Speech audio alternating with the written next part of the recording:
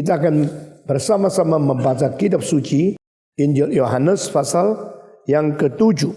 Tiap hari kita sudah berkhotbah sampai 24. Nah, sekarang kita akan meneruskan. Mari kita bersama-sama membaca dari 25. Beberapa orang Yerusalem berkata, "Bukankah dia ini yang mereka mau bunuh? Dan lihatlah, ia berbicara dengan leluasa dan mereka tidak mengatakan apa-apa kepadanya. Mungkinkah pemimpin kita benar-benar sudah tahu bahwa ia adalah Kristus? Tetapi tentang orang ini kita tahu dari mana asalnya. Tetapi bila mana Kristus datang, tidak ada seorang pun yang tahu dari mana asalnya." Waktu Yesus mengajar di bait Allah, ia berseru, "Memang aku kamu kenal dan kamu tahu dari mana asal aku. Namun aku datang bukan atas kehendakku sendiri, tetapi aku diutus oleh Dia yang benar dan yang tidak kamu kenal. Aku kenal Dia sebab aku datang dari Dia dan Dialah yang mengutus aku." Mereka berusaha menangkap Dia, tetapi tidak ada seorang pun yang menyentuh Dia, sebab saatnya belum tiba. Tetapi di antara orang banyak itu ada banyak orang yang percaya kepadanya, dan mereka berkata, "Apabila Kristus datang, mungkinkah ia akan mengadakan lebih banyak mujizat daripada yang telah dilakukan oleh Dia ini?" Orang-orang Farisi mendengar orang banyak membisikkan hal-hal itu mengenai Dia, dan karena itu imam-imam kepala dan orang-orang Farisi menyuruh penjaga-penjaga bait Allah untuk menangkapnya. Maka kata Yesus, "Tinggal sedikit waktu saja, aku akan bersama dengan kamu, dan sesudah itu aku akan pergi kepada Dia yang telah mengutus aku.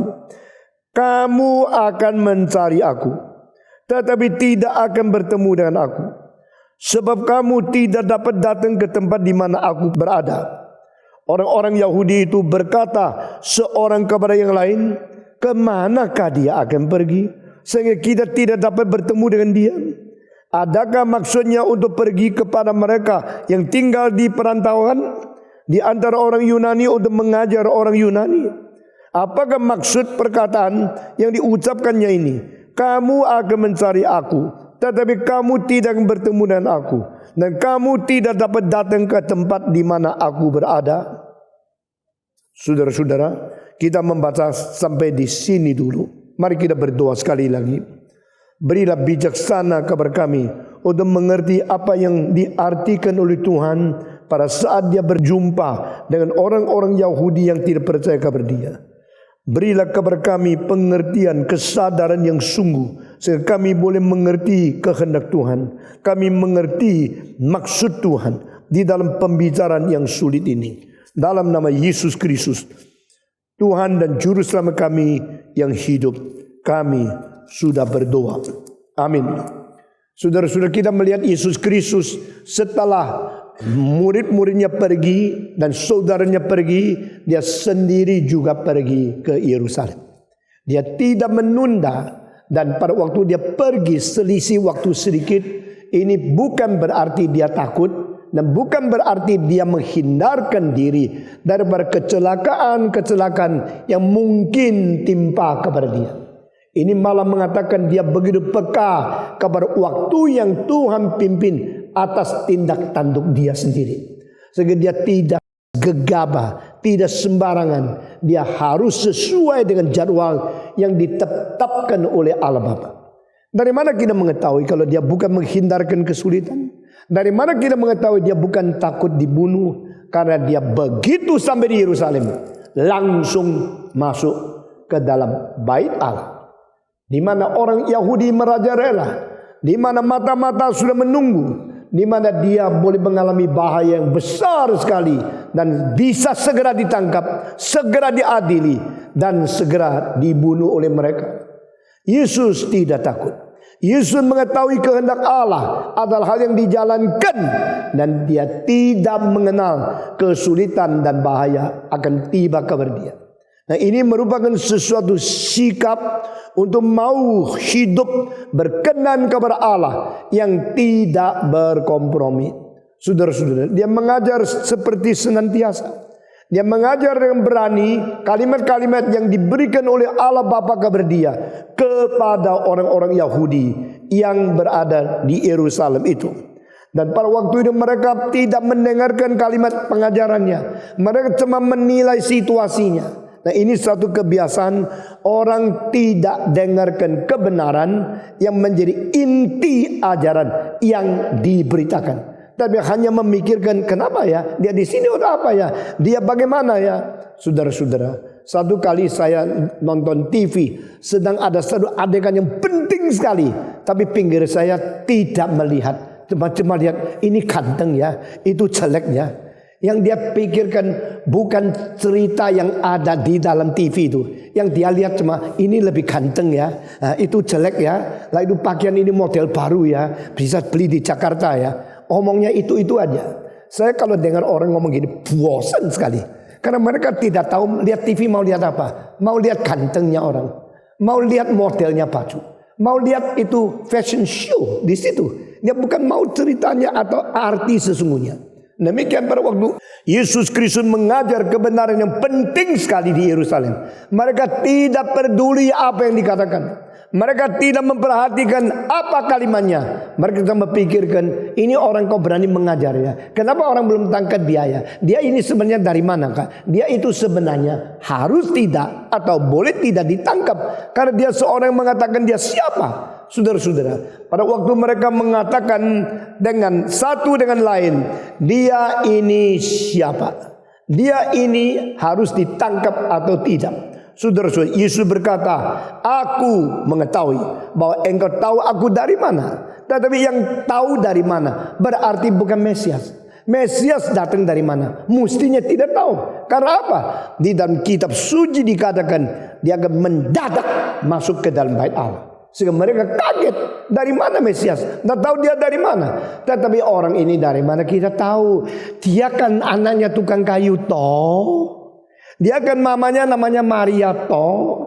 Papanya namanya Yusuf toh. Adiknya namanya Yakub. Namanya adalah orang-orang yang kita kenal semua toh. Mereka kan dari Nazaret toh. Ini keluarga tukang kayu. Kita semua tahu asal usul dia dari keluarga apa. Sehingga ini pasti bukan Mesias. Nah saudara-saudara, Yesus Kristus mengajar mereka, aku datang dari Bapakku. Nah kalimat ini yang akan menjadi kunci dari pasal ke-8. I come from my Father and I know him, but you do not know him because you do not know me. Jadi kamu tidak mengerti Bapakku karena kamu tidak mengenal aku. Dalam kalimat seperti ini dengan jelas memberitahu kepada kita kepada Allah Bapa harus melalui anak. Karena orang yang tidak melalui anak tidak mungkin kembali kepada Allah Bapa. Nah ini akan diwujudkan di dalam satu kalimat yang lebih penting lagi yang munculnya di dalam Yohanes pasal 14 ayat ke-6. Akulah jalan, akulah kebenaran, dan akulah hidup. Tanpa melalui aku tidak ada seorang kembali kepada Bapa. Kalau engkau melihat struktur daripada seluruh Yohanes, engkau melihat dari permulaan sampai akhir, semua merupakan sesuatu kesatuan, keharmonisan yang begitu serasi dan begitu utuh adanya. Itu sebab kalau engkau tidak melihat dengan kunci di mana Yesus Kristus menjadi perantara di tengah-tengah manusia dengan Tuhan Allah, engkau tidak menemukan ada orang yang mungkin mengenal Allah Bapa melalui kepandaian diri sendiri. Kita bersyukur kepada Tuhan. Yesus selalu memaparkan ini supaya mereka mengetahui tanpa melewati dia. Tidak ada seorang mengenal siapa Allah Bapa, dan tidak ada seorang mengetahui dari mana dia berada dan berasal adanya. Itu sebab dia berkata bahwa aku datang kepadamu sesuai dengan apa yang Tuhan Bapa yang telah mengirim kepada aku. Dan Yesus pada waktu mengajar di bait Allah, dia berseru, memang aku kamu kenal dan kamu tahu dari mana aku. Namun aku datang bukan atas kehendakku sendiri, tetapi aku diutus oleh Dia yang benar dan tidak kamu kenal. Aku kenal Dia sebab aku datang dari Dia dan Dialah yang mengutus aku. Di sini Yesus Kristus dengan jelas membedakan pengenalan mereka terhadap Dia adalah pengenalan duniawi. Mereka mengenal Dia, familinya, saudaranya, kampung halamannya, mengenal cara duniawi. Tapi mereka tidak mengenal Yesus secara surgawi. Saudara-saudara, Yesus bukan datang dari Roma Nazaret. Yesus datang dari rumah Tuhan di surga. Yesus bukan dilahirkan oleh Yusuf yang menikah dengan Maria. Yesus dilahirkan melalui Maria yang dinaungi oleh Roh Kudus. Yesus bukannya hanya bersaudara beberapa orang di dalam rumah yang kecil itu.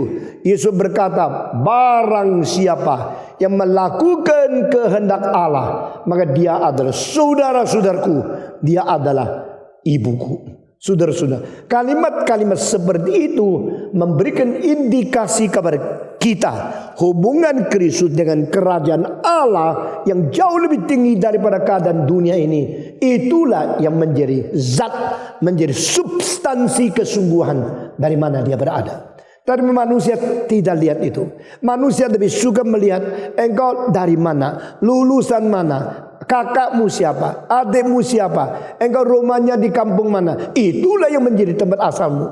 Saudara-saudara sekalian, Yesus ini berkata, aku datang dari Bapakku. Kalau mereka mau balas, oh bapakmu ya, tukang kayu itu ya, Yusuf ya. Saudara-saudara, yang disebut Bapakku oleh Yesus Kristus bukan Bapak di dunia ini.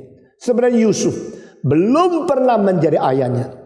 Yusuf hanya menikah dengan seseorang yang sebelum menikah sudah mendapatkan naungan dari Roh Kudus, lalu melahirkan Yesus Kristus sebelum bersetubuh, sebelum bersatu dengan suami di dunia ini.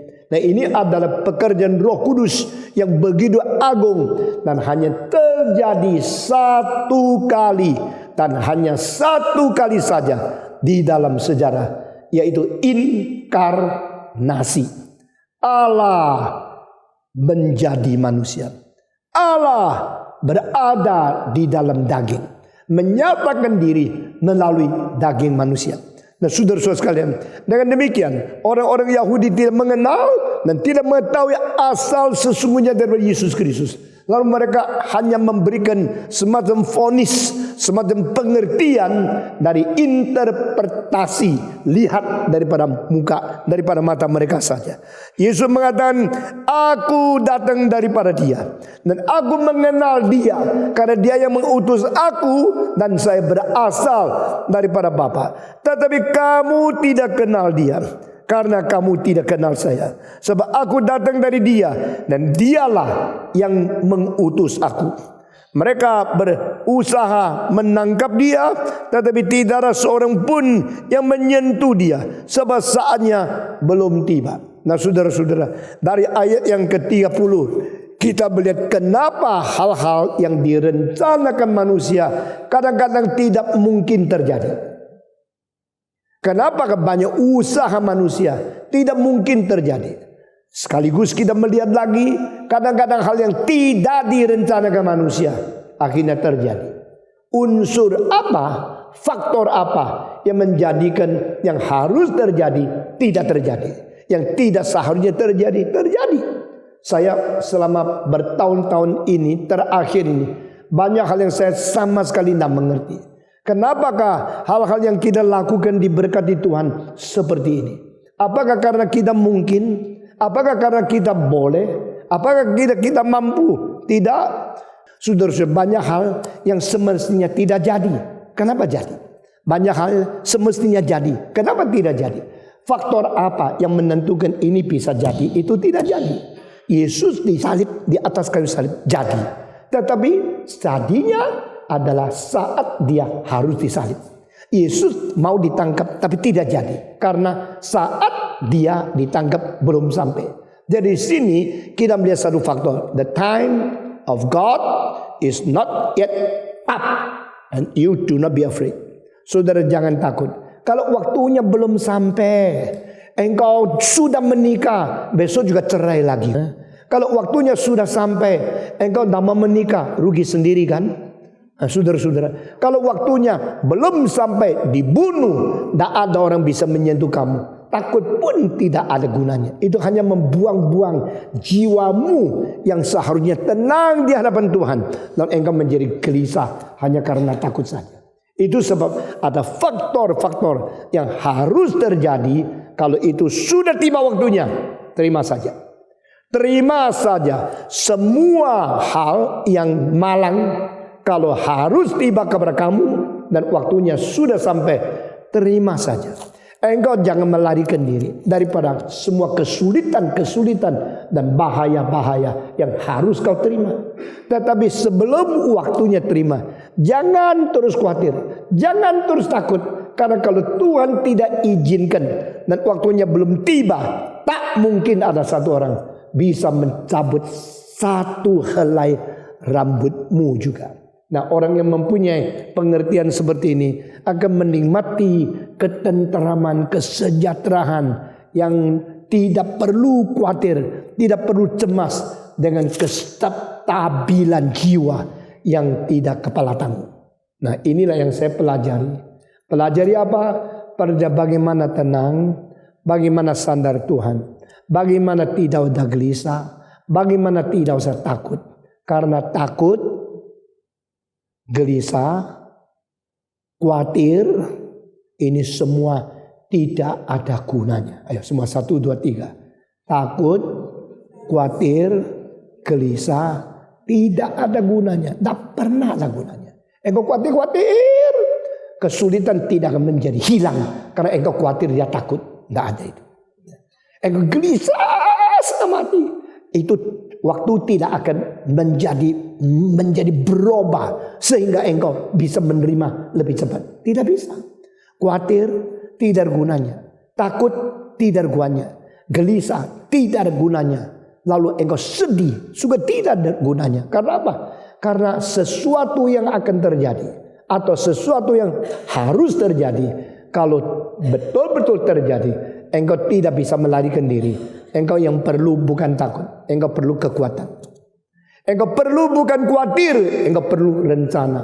Engkau perlu bukan gelisah, engkau perlu ketekunan dan menanti terjadinya sesuatu yang tidak bisa dihindarkan itu. Nah, ini kita harus belajar, mempelajari hal seperti ini.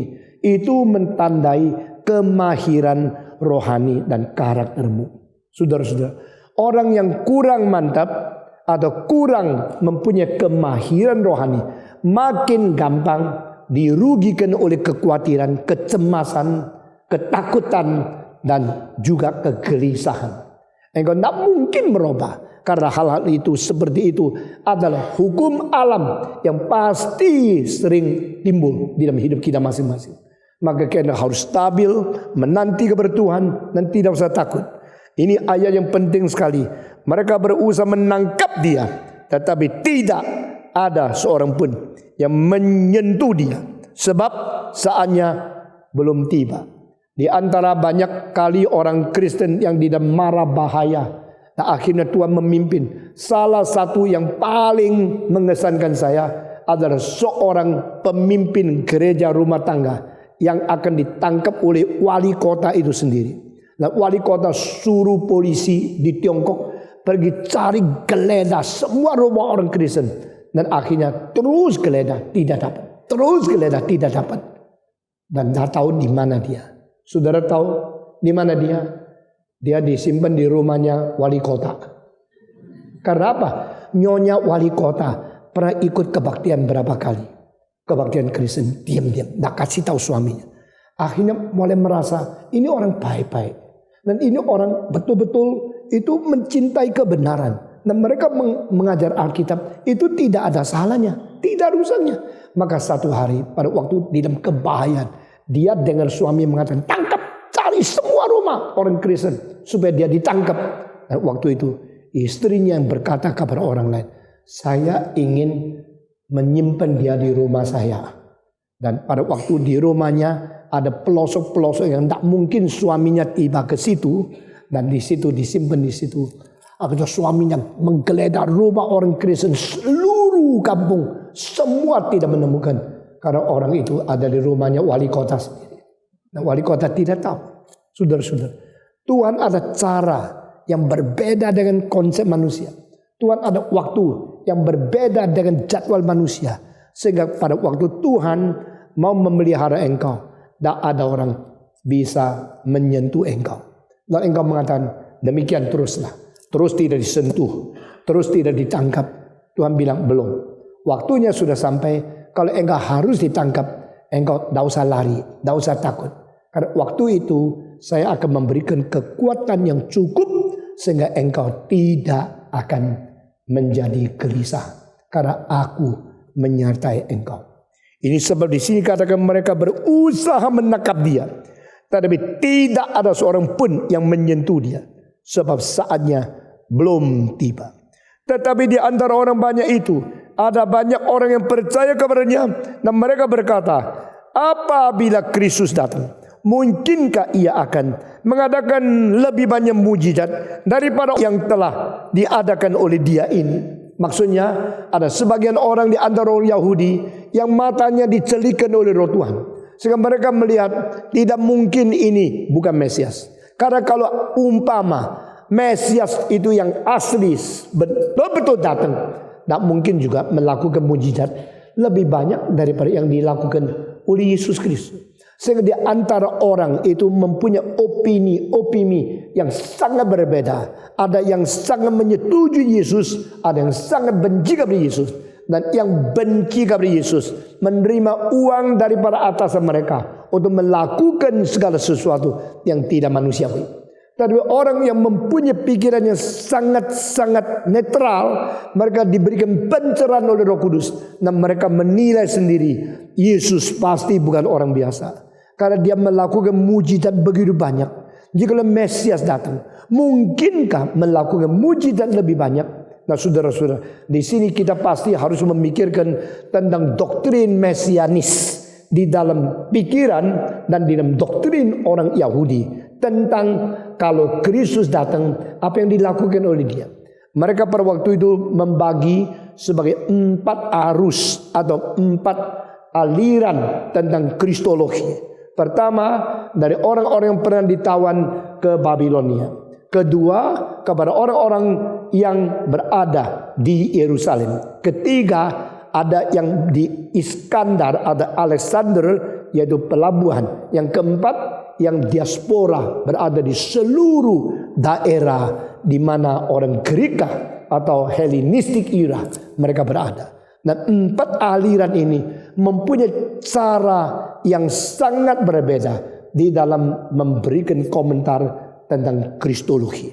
Saudara-saudara, namun demikian, tapi ada beberapa butir yang sama. Mereka semua mengatakan kalau Mesias itu datang ke dalam dunia, maka pasti dia bersifat militer. Kedua, kalau Mesias itu datang ke dalam dunia, dia pasti bersifat dendam dan membalas dendam untuk menghancurkan semua tentara dan semua penjajah luar negeri. Ketiga, kalau Mesias datang, dia pasti mempunyai gagasan untuk membalikkan seluruh politik dan akhirnya dia merebut kuasa dan menjadi orang yang berada di atas takhta Daud. Pada waktu itu Daud sudah meninggal 1000 tahun. Dari Daud sampai Yesus Kristus itu persis 1000 tahun. Selama 1000 tahun ini manusia setelah Daud makin lemah. Kerajaan Allah di dunia sudah menjadi kacar-kacir. Dan orang-orang di Yerusalem tidak mempunyai raja yang menjadi keturunan Daud. Karena raja yang mereka terima ada raja yang diatur, ada raja boneka yang dipimpin oleh Kaisar Romawi, sehingga Herodes yang menjadi raja. Herodes berhak menjadi raja? Tidak. Herodes pantas menjadi raja? Tidak. Karena Herodes bukan keturunan Daud. Herodes bukan suku Yuda. Herodes bukan orang Yahudi.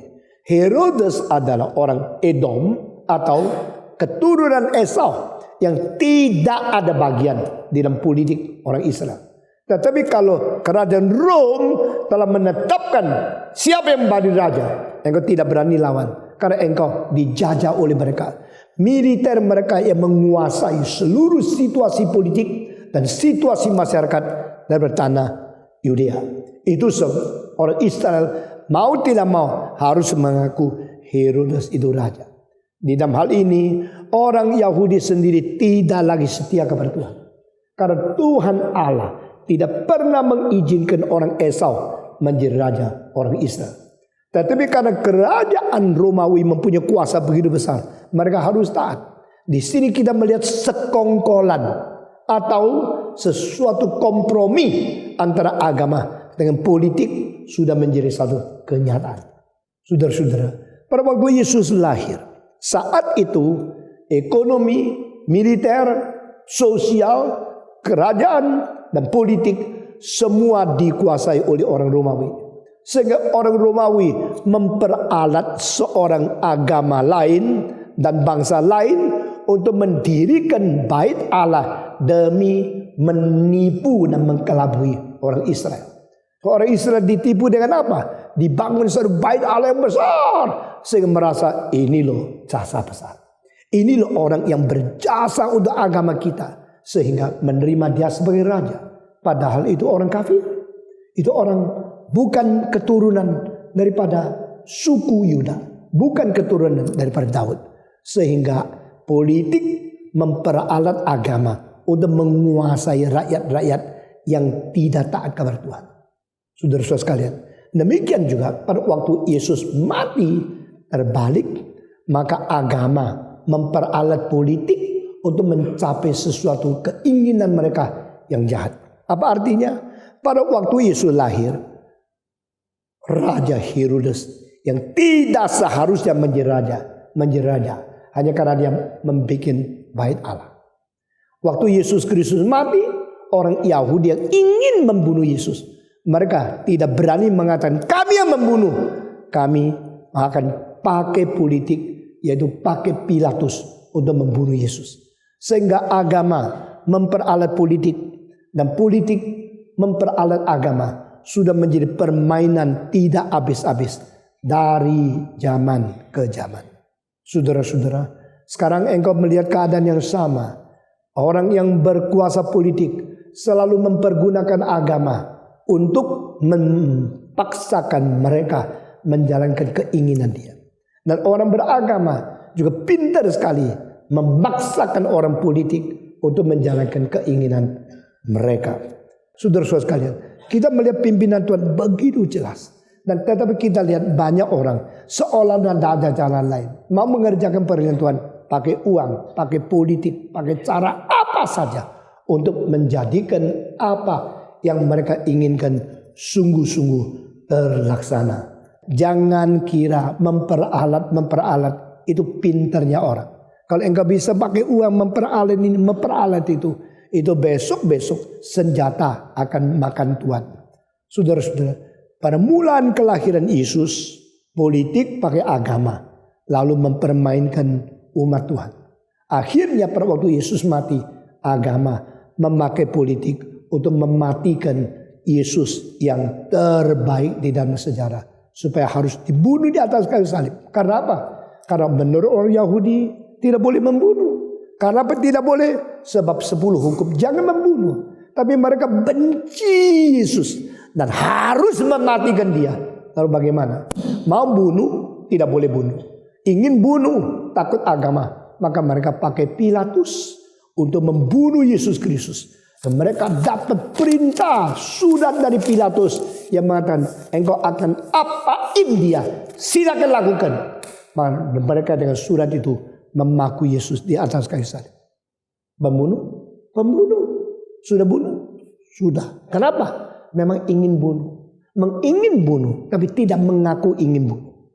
Akhirnya memperalat politik untuk mendukung keinginan mereka membunuh Yesus Kristus. Dan saudara lihat tidak ada kitab suci dari Matius, Markus dan Lukas menulis satu journey, satu penjelajahan yang begitu panjang. Bagaimana itu siasat pembunuhan Yesus yang berkeadaan yang seperti telitinya di dalam Yohanes. Fase 7, fase 8, terus menerus sampai fase 18. Yesus dipaku di atas kayu salib. Saudara-saudara, mereka berusaha menangkap dia, tapi tidak ada seorang pun yang menyentuh dia, sebab saatnya belum tiba. Kitab suci tidak katakan karena Tuhan menyertai dia, karena saatnya belum tiba. Berarti tidak lama kemudian dia akan tetap ditangkap, dia akan tetap dibunuh. Tapi waktu itu sama waktu ini berbeda.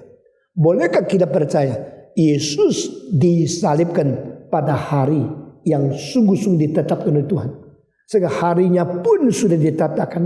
Bolehkah kita percaya itu? Boleh. Kenapa? Karena di dalam Roma pasal 5 ayat 10 kita menemukan itu. Mari kita membaca bersama-sama. Kitab Roma pasal ke-5 ayat ke-10. Dan kita mengetahui tentunya waktu itu pun bukan dari manusia. Ditetapkan waktu itu pun adalah dari Allah. Mari kita membaca bersama-sama. Kitab Roma pasal 5. Saya membaca ayat 8 dan 9. 10 semua membaca. Akan tetapi Allah menunjukkan kasih-Nya kepada kita oleh karena Kristus telah mati untuk kita ketika kita masih berdosa. Lebih-lebih karena kita sekarang telah dibenarkan oleh darah-Nya, kita pasti akan diselamatkan dari murka Allah. 10 semua membaca. Sebab jikalau kita ketika masih seteru diperdamaikan dengan Allah oleh kematian anaknya, lebih kita yang sekarang telah diperdamaikan pasti akan diselamatkan oleh hidupnya. Nah, saudara-saudara, kita membaca semua ayat 6 sampai ayat 8 sekali lagi. Semua 1, 2, 3. Karena waktu kita masih lemah, Kristus telah mati untuk kita orang-orang durhaka pada waktu yang ditentukan oleh Allah. Pada waktu yang ditentukan oleh Allah. Sebab tidak mudah seorang mau mati untuk orang yang benar, tetapi mungkin untuk orang yang baik ada orang yang mau berani mati. Akan tetapi Allah menunjukkan kasih-Nya kepada kita oleh karena Kristus telah mati untuk kita ketika kita masih berdosa. Jadi Yesus mati menurut waktu yang ditentukan, atau terjemahan lain menurut tanggal yang ditetapkan. Sehingga Yesus kalau belum tanggalnya tiba, tidak mungkin dia mati. Kalau waktu tanggalnya sudah sampai, dia tidak bisa lari, dia harus mati. Maka kita percaya the day when Jesus was crucified is a day determined by God. Itu sebab di dalam Mazmur 118 dikatakan hari ini harinya Tuhan. Mari kita bersukacita di dalamnya. Hari ini harinya Tuhan. This is the day which God has made. Tuhan telah menetapkan hari ini. Dan mari kita bersukacita di dalam hari ini. Hari itu hari apa? Hari itu hari Sabat. Hari itu hari Paskah, yaitu orang-orang Israel mengingat nenek moyang mereka keluar dari tanah Mesir, lalu mereka menuju ke kemerdekaan, tidak lagi diperbudak oleh Firaun. Itu hari Paskah. Paskah berarti pass over, berarti melewati, melampaui. Jadi hari Paskah yaitu hari yang ditetapkan oleh Tuhan. Paulus berkata bahwa Yesus Kristus adalah domba Paskah untuk kita. Domba Paskah untuk orang Israel pada waktu zaman Musa itu adalah domba-domba yang adalah binatang. Tetapi domba Paskah untuk kita orang Kristen bukan domba-domba binatang, tapi adalah anak Allah yang jelma menjadi manusia.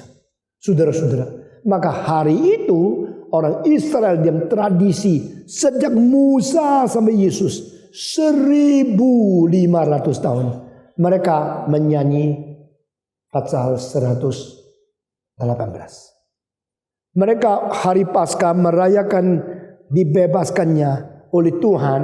Orang Israel tidak lagi menjadi budak di bawah orang Mesir. Mereka harus potong kambing, lalu mereka harus ikat pinggang, mereka pakaikan semua pakaian, dan kambing tidak boleh dimasak. Kambing harus dibakar dengan api. Ini menandai Kristus mati mengganti kita yang harus masuk neraka yang dibakar oleh api. Dia mengganti kita, bukan dimasak.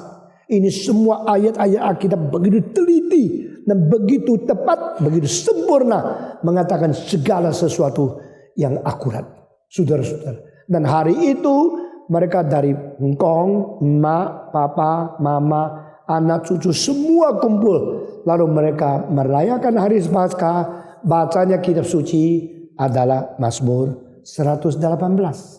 Waktu membaca Mazmur 118 ada dua ayat yang penting. Satu adalah biarlah korban diikat dengan tali dan dibawa kepada mezbar. Berarti kambing yang sudah dipilih, domba yang sudah ditetapkan untuk mati, tidak bisa ada kebebasan lagi. Diikat dan dibawa ke mezbar untuk disembelih. Sehingga Kristus juga demikian. Dia tidak boleh lagi bebas. Waktu sudah sampai hari itu, dia harus dibawa sampai di mezbar dan disembelih, dipotong, lalu mengalirkan semua darahnya, dipersembahkan menjadi domba Paskah. Dan kedua, di dalam pasal 118 ada satu ayat yang penting sekali. Mari kita bersukacita karena hari ini, hari yang dikerjakan oleh Tuhan. This is the day which God has made. Let's rejoice in it. Nah, itu sebab saudara-saudara, orang Israel harus nyanyi. Nyanyi Mazmur 118 pada saat merayakan hari Paskah. Dan sekarang saya tanya lagi, Yesus selama di dunia pernah nyanyi tidak? Pernah ya? Berapa kali? Saya kira banyak kali, masa cuma satu kali. Tetapi yang dicatat cuma satu kali. Yesus nyanyi catat cuma satu kali. 3 Injil menulis. Lalu kapan? Waktu Yesus nyanyi itu kapan? Mari kita lihat ya. Markus 14. Kita membaca Markus 14 ayat 26. Sesudah mereka menyanyikan nyanyian pujian, pergilah mereka ke Bukit Zaitun. Semua 1, 2, 3. Sesudah mereka menyanyikan nyanyian pujian, pergilah mereka ke Bukit Zaitun. Jadi ini kapan? Ini di tengah-tengah perjamuan suci dan doa di Getsemani. Ngerti ya? Jadi setelah Yesus melakukan perjamuan suci, makan, minum dengan mereka, lalu mereka nyanyi. Sudah nyanyi, mereka pergi ke Bukit Zaitun. Lalu di Taman Getsemani, Yesus berdoa. Di tengah-tengah setelah dia berdoa, maka orang Yahudi datang dengan dipimpin oleh siapa? Yudas untuk menangkap dia. The in between the Holy Communion and the prayer in Getsemani, yang mengatakan bukan kehendakku, tetapi kehendakmu yang jadi saja. Di tengah-tengah perjamuan suci sudah ditegakkan sebagai Eucharis, sebagai Holy Communion, dengan dia bersiap untuk mati bagi Tuhan. Di tengah-tengah ini perjalanan mereka menyanyi, lalu melewati akan Hedron, lalu masuk ke dalam. Di sini nyanyi. Nyanyi apa? Mazmur 118. Nyanyi apa? This is the day which our God has made. Let's rejoice in it. Hari ini harinya Tuhan. Mari kita bersukacita di dalamnya. Artinya apa? Yesus rela mati dan bersukacita menerima kematian karena ini ditetapkan oleh Tuhan. Saudara-saudara, the day when Jesus Christ was crucified, that is the day God has made. That is the day determined by the Father. Saya percaya sepenuhnya hari Yesus disalibkan Bukan hari kegagalan dia, kebetulan tidak orang bisa bantu, maka dia ditangkap. Hari Yesus ditangkap, hari Yesus naik di atas kayu salib, itulah adalah hari yang ditetapkan oleh Tuhan Allah. Dan hanya satu hari di dalam seluruh sepanjang sejarah. There's only one day along the history. From the day Adam was created until the day all final judgment, di seluruh sepanjang sejarah hanya satu hari, dan hari itu hari Yesus harus mati. Hari grafirat yang asli, hari penebusan yang pasti, itu hari Yesus dimatikan. Hari itu mulai kapan? Yang kemudian hari yaitu dari pagi sampai besok pagi. Tidak.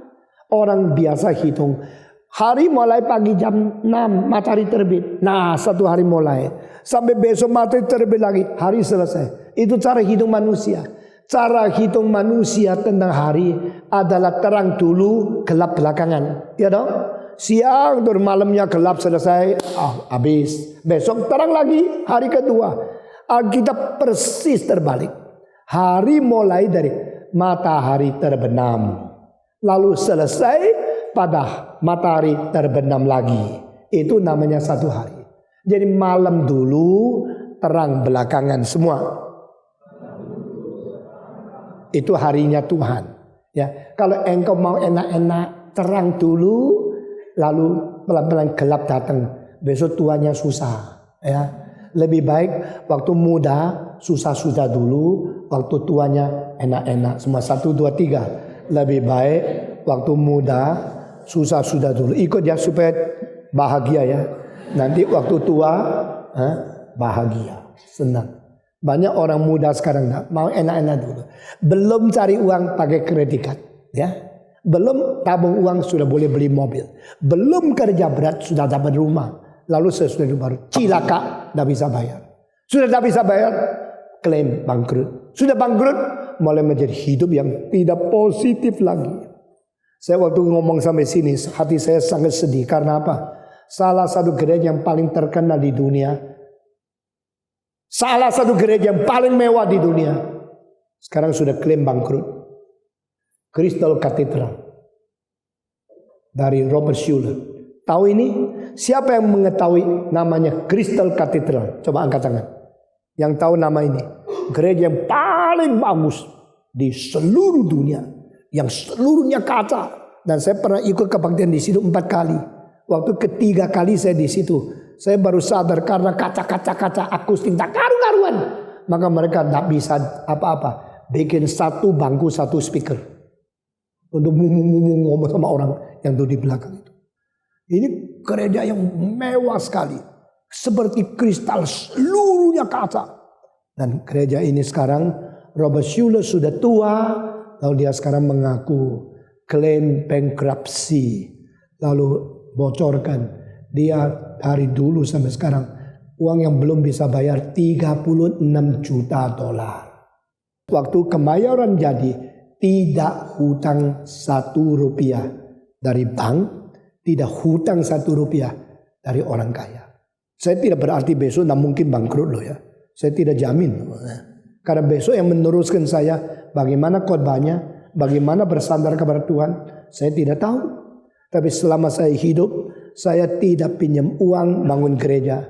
Saya dari kecil susah sekali melayani dengan segala jerih payah, dengan keringat, dengan sakit. Tetapi akhirnya kita melihat Tuhan pimpin. Waktu saya tua, saya tidak klaim bankruptcy. Saudara-saudara sekalian, apa yang kita kerjakan adalah malam dulu baru siang, gelap dulu baru terang, susah dulu baru senang, mati dulu baru bangkit, mahkota duri dulu baru kemuliaan dari Tuhan. Karena ini dalil Alkitab. Kalau kita mengatakan kita mengajar orang, kita sendiri tidak menjalankan dalil dari Tuhan, kita omong kosong. Saudara-saudara, susah dulu, kerja berat dulu, lalu kumpulkan uang, baru boleh beli mobil. Sudah kerja berat dulu, kumpulkan uang, baru bisa hidup mewah. Engkau kalau waktu hidup mewah, engkau berhak karena uangmu sendiri. tapi tetap melemparkan hak kemewahanmu sebagian untuk menolong orang miskin. Engkau orang agung. Tapi kalau engkau belum untung apa-apa, sudah mau pakai uangnya papa, uangnya company, sebanyaknya untuk menjadi mewah, membuktikan engkau hebat, engkau tua akan klaim bankruptcy. Saudara-saudara, cara-cara manusiawi yang akhirnya Tuhan buang mereka. Karena main-main. Kelihatan sukses. Kelihatan sudah betul-betul berhasil. Tapi di belakangnya ada tulang sumsum yang ada kanker yang tidak dilihat. Saudara-saudara, positive thinking should be positive until the end. Positive thinking should be responsible until the end. Bolehkah dia tetap pakai positif? Tidak apa-apa. Utang 36, nanti pasti Tuhan selesaikan semua. Saudara-saudara, Tuhan sedang bermain-main dengan umat manusia. Pada permulaan abad ke-20 ini. Biar manusia menganggap diri hebat, bisa kaya, bisa meriah, bisa mempunyai uang yang banyak sekali. Dan mendadak kasih bangkrut. Supaya kamu tahu, kamu hanya seorang yang tidak ada apa-apa. Saudara-saudara, biar kita semua belajar, khususnya pemuda-pemudi di mana saya masih hidup, saya memberitahu kepada engkau, jangan ikut yang tidak bertanggung jawab. Mereka akan membuat suatu keadaan suasana hore-hore, kelihatan hebat sekali. Pemuda-pemudi seperti berlayang-layang di angkasa dan kerajaan yang khayalan saja. Dan akhirnya engkau tidak berbobot, engkau tidak sungguh-sungguh belajar, tidak sungguh-sungguh mengerti, engkau menggali kuburan untuk dirimu sendiri. Biar engkau sadar, jadi pemuda-pemudi yang sungguh-sungguh bertanggung jawab, sungguh-sungguh mengenal kebenaran, sungguh-sungguh berbanting tulang, sungguh-sungguh kerja berat, sungguh-sungguh mau berusaha untuk membangun karakter yang bermutu. Kemarin saya bicara sama rekan-rekan, jangan gila hormat, jangan gila kuasa, jangan gila uang. Semua ikut 1, 2, 3. Jangan gila hormat, jangan gila kuasa, jangan gila uang. Kalau mau gila, gilalah mutu, gilalah ketekunan, gilalah bobot. Engkau gila mutu, segala yang dikerjakan bermutu sungguh-sungguh, bergila terhadap mutu. Nah itu tidak akan bangkrut, karena mutumu menjadi jaminan engkau punya produksi akan dijual dengan baik.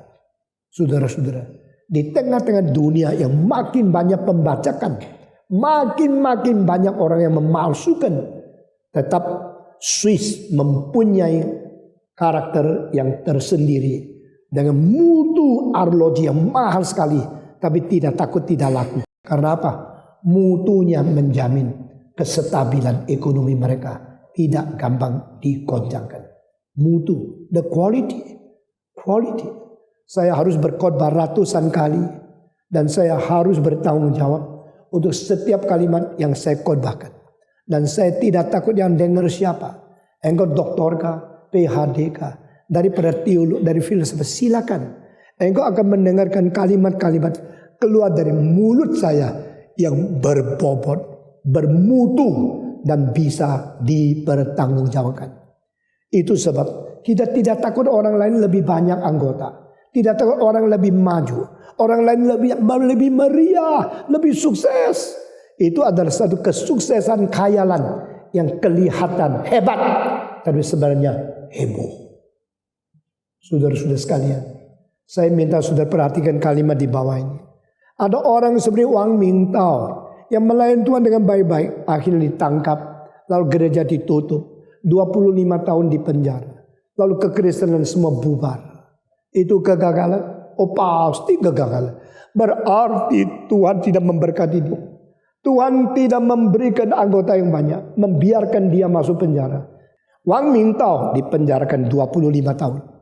Gerejanya ditutup, anggotanya dibubarkan, dan dia disiksa dengan tempat kakus umum.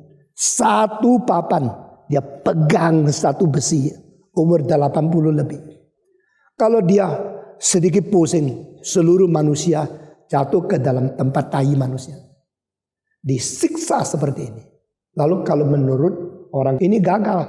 Tuhan tidak memberkati. Ini seorang dibuang oleh Tuhan. Masa hamba Tuhan anggotanya semua dibubarkan, gereja ditutup, pendetanya dipenjarakan. Tapi saya berkata kepada saudara, ini semacam hamba Tuhan. Dan dengar ya, hamba Tuhan yang lain, gerejanya ribuan orang, puluhan ribu orang. Wah, teriak-teriak, sukses luar biasa. Yang mana yang lebih berhasil? Yang mana yang lebih memuliakan Tuhan? Oh, pasti yang ini. Coba lihat, Tuhan memberkati. Uangnya begitu banyak, sukses luar biasa. Menarik anggota begitu banyak. Tapi saudara dengar kalimat di bawah ini. Melalui Wang Mingtao yang gerejanya ditutup, anggotanya dibubarkan, pendetanya dipenjarakan. Seluruh dunia lebih ribuan juta orang menghormati kekristenan. Tetapi gereja yang lihatnya ribuan orang, anggota begitu banyak, uang begitu banyak. Melalui mereka akhirnya berzina, mereka berdosa. Ribuan juta orang menghina kekristenan. Yang mana lebih banyak berkat Tuhan? Jawab. Saudara dari hati nurani, jangan jawab sembarangan. Berapa lama ini saya terus membandingkan. Orang yang hidup sungguh-sungguh susah dan dianiaya. Bukan berarti Tuhan membuang dia. Karena melalui kesetiaan mereka, ratusan juta manusia menghormati kekristenan. Karena ada hamba Tuhan seperti ini. Tapi ada hamba Tuhan yang kelihatan mempunyai ribuan anggota, sukses luar biasa. Mendapatkan ribuan anggota, akhirnya mendapatkan puluhan, ratusan juta manusia menghina kekristenan. Itu ada investasi setan yang menghancurkan kekristenan. Yesus Kristus, dia mengetahui tidak lama lagi dia hidup di dunia. Tetapi dia tidak takut. Dia tetap mengajar di bait Allah. Dan Yesus Kristus waktu mengajar di bait Allah, orang mempunyai pikiran berbeda-beda tentang dia. Dia Mesias kah? Atau bukan? Kalau dia Mesias, kenapa kita tahu dia papanya siapa, mamanya siapa? Dari Nazaret, orang Galilea.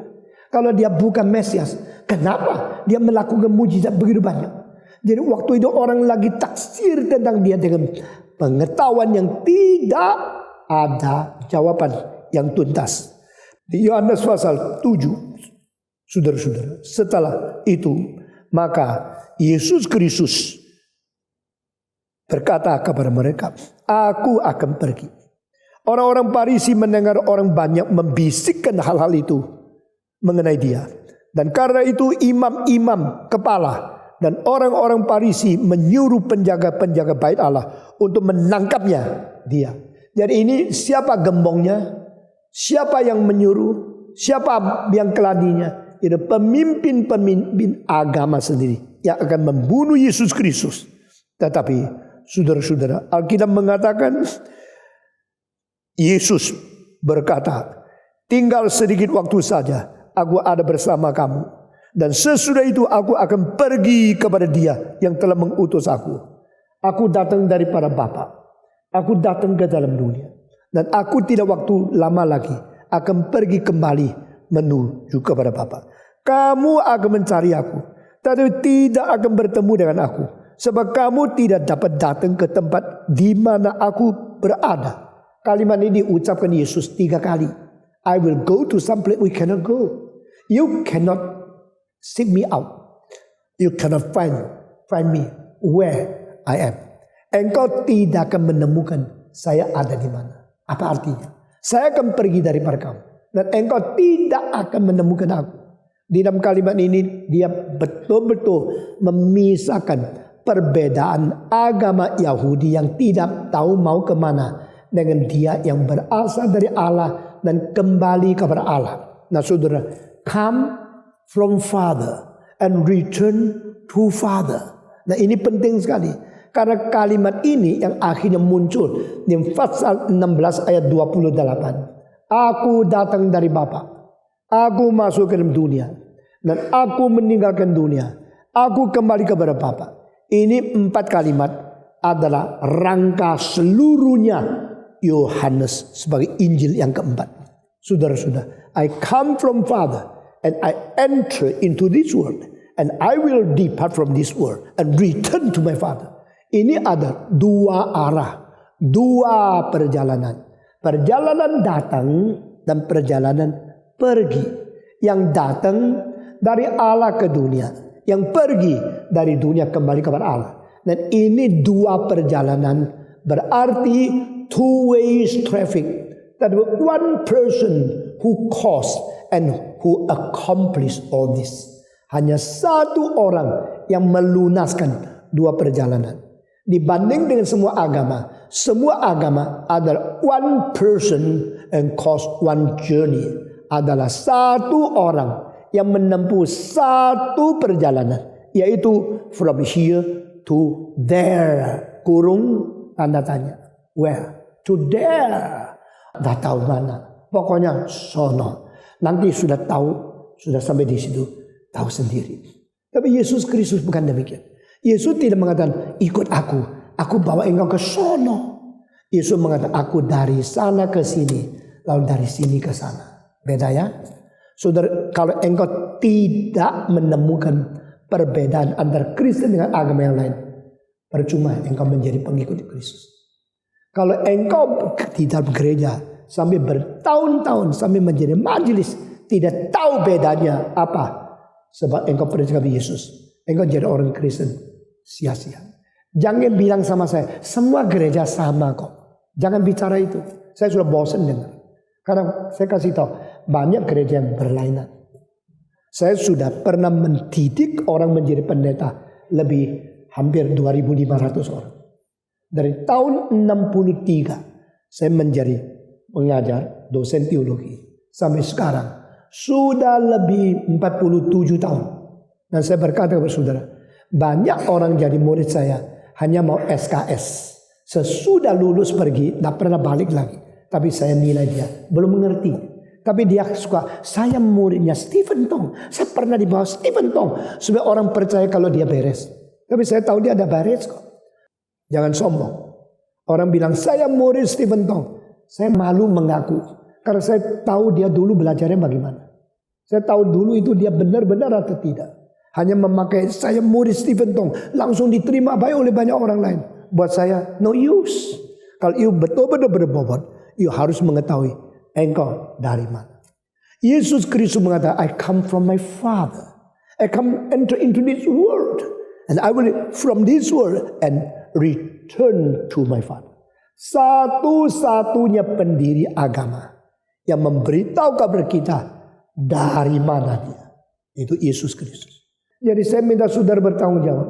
If you learn, you study Bible, be sure you understand where's the difference. Mengapa saya harus Kristen? Engkau menjadi orang Kristen bukan karena fakta-fakta profit. Saya waktu muda mengambil satu keputusan. Karena Kristen itu kebenaran, maka saya menjadi orang Kristen. Atau karena saya dilahirkan keluarga Kristen, maka Kristen menjadi kebenaran. Saya ambil keputusan yang pertama. If there is no truth in Christian, I will never be a Christian. Never say because I'm a Christian, so Christian is the truth. Engkau membela Kristen karena engkau kebetulan dilahirkan Kristen. Kenapa kita menjadi orang beragama? Hanya karena kita dilahirkan di dalam keturunan agama itu. Kenapa kita tidak menemukan sungguh-sungguh dan membandingkan semua dengan serius, lalu ambil keputusan saya menjadi orang Kristen karena kebenaran ada di sini. Saudara-saudara, saya punya khotbah sangat terus terang, sangat belak-belakan. Saya seumur hidup sudah ambil keputusan menjadi hamba Tuhan yang tidak berkompromi. Itu sebab saya tidak peduli apa yang mungkin terjadi pada saya. Saya harus katakan seperti ini. Akibatnya ada, kalau mau you terima apa yang saya katakan, you akan menjadi orang yang imannya kuat. Kalau you tidak mau terima, akan berkompromi, you akan bermain-main dengan dirimu sendiri, dengan hidupmu sendiri, dengan kekekalanmu sendiri. Tuhan memberikan keputusan yang benar kepada engkau. Yesus Kristus berkata, tinggal sedikit waktu lagi, aku akan bersama dengan engkau dan aku akan pergi ke tempat di mana engkau tidak bisa pergi dan tidak bisa menemukan aku. Mereka bilang, mana bisa ya? Kami pasti pergi ke surga. Kami anak Abraham. Kami anak daripada Yehova. Ini orang-orang yang berbapak Tuhan. Abraham, bapak kami. Masa kami tidak pergi situ? Lalu kau sendiri akan pergi ke satu tempat. Kami cari engkau dah ketemu. Oh berarti kau yang salah. Kau akan pergi ke satu tempat di mana kami mau cari. Cari kamu. Kenapa cari kamu? Kami dah senang kamu. Jadi di sini gap antara pikiran Yesus dan pikiran Yahudi makin lama makin besar. Mereka akhirnya mengambil keputusan. Dia pasti sudah gila. Saudara-saudara, ini yang menakutkan kan? When you cannot accept others' idea and you consider they are insane people, di situ engkau cilaka. Karena engkau tidak mungkin berubah. I cannot be wrong. Saya tidak bisa salah kok. Saya sudah benar. Saya beres. Kalau dia lain sama saya, pasti yang tidak beres dia. Saudara-saudara, banyak orang yang beda pendapat dengan engkau. Justru tidak salah. Tapi kamu yang tidak beres. Tapi kami tidak pernah rasa dirimu tidak beres. Kamu selalu rasa yang tidak beres orang lain. Saudara, karena engkau sudah terbiasa dicandui di dalam kesalahanmu yang engkau belum pernah sadar. Saudara-saudara, maka engkau perlu shock terapi. Pada waktu bikin shock, engkau kaget kok gini. Baru pikir iya ya. Selama ini pikiran saya berlainan sekali dengan apa yang dikhotbahkan di gereja. Lalu sekarang khotbah yang kayak gini, apa ini ya? Berbagai pikiran. Bukankah pikiran itu adalah rasio? Bukan rasio itu adalah jiwa. Bukan jiwa itu kurang rohani. Bukan ini semacam intelektualitas yang tidak sesuai dengan firman Tuhan. Itu ajaran seperti itu sudah mencandu engkau. Sudah mengkelabui engkau. Sudah meracuni engkau. Kebenaran Tuhan adalah kebenaran yang sesuai dengan pekerjaan rasional yang normal. Tuhan tidak akan mengajar sesuatu untuk melawan.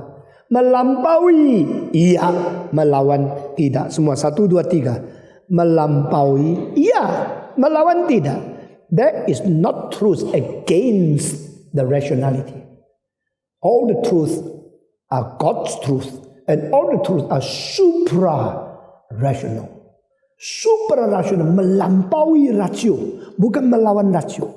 Sehingga orang Kristen seharusnya adalah orang yang paling berbijaksana, orang yang paling sehat pikirannya, tetapi seluruh pengertian rasio dia adalah berarah hanya kepada Tuhan. Itu orang Kristen yang benar. Orang Kristen yang nama pikir, tidak usah pikir, pokoknya percaya saja, tidak tahu, mati tidak peduli. Itu melarikan diri dari tanggung jawab. Itu melarikan diri daripada kewajiban. Itu bukan sikap orang Kristen yang benar. Saya harap mendidik kamu ya, selama saya masih hidup, menjadi orang Kristen yang berjumpa dengan ilmuwan manapun, tidak usah minder. Ahli fisika, bicara sama dia. Ahli medis, bicara sama dia. Ahli pelukis, ahli musik, ahli apa saja, bicara sama dengan tertib dan pikiran yang bertanggung jawab. And that will make you a very responsible Christian. Jadilah orang seperti ini. Yesus Kristus mengatakan kepada mereka, aku akan pergi dan engkau akan cari saya. Siapa mau cari lu? Lu gila kok. Tidak ada orang mau cari kamu. Yesus tambah lagi satu kalimat, engkau tidak akan menemukan saya. Tempat yang aku pergi, engkau tidak bisa pergi. Karena apa? Father. You think you understand. You think you believe. You think you obey Moses. Engkau kira engkau sudah taat kepada Moses. Sudah tahu Taurat. Sudah tahu kehendak Tuhan. Tidak. Engkau belum kenal aku. Maka tidak mungkin engkau kenal Bapakku. Ini kuncinya. Kunci yang tidak dimengerti oleh orang Yahudi. Karena orang Yahudi selalu mikir mereka lah sudah paling pantas, paling hebat, sudah paling tahu. Dan bangsa yang tidak mengerti mereka semua bangsa yang kerdil, bangsa yang kecil. Mereka tidak sadar Tuhan sudah berusaha dan sekarang sudah siap untuk membuang mereka. Jangan kira ya agamamu sudah beres, kekristenanmu sudah hebat. Kalau suatu hari Tuhan membuang kamu dan kamu mau cari dia lagi, dia akan mengatakan, kamu tidak akan menemukan aku. Di mana aku pergi, engkau tidak bisa pergi. Karena sumbernya lain. Yesus dari Bapa dan mereka dari Musa. Kalau mereka dari Musa, seharusnya mereka melakukan apa yang dilakukan oleh Musa. Kalau mereka anak Abraham, seharusnya mereka melakukan apa yang dilakukan oleh Abraham. Maka pasal 8 Yesus langsung terus terang berkata, you are not from Abraham, because you are not doing what Abraham did before. Abraham melakukan sesuatu, menginginkan berjumpa dengan aku, tapi kamu ingin membunuh aku. Berarti kamu mempunyai jiwa yang lain daripada bapamu.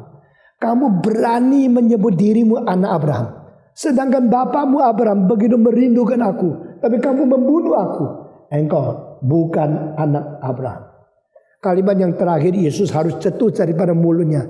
Nah, ini begitu satu kali keluar dari mulutnya, berarti Yesus tidak mungkin tidak mati. Yaitu yang sesungguhnya, you are not from Abraham. Your father is not Abraham. Your father is devil.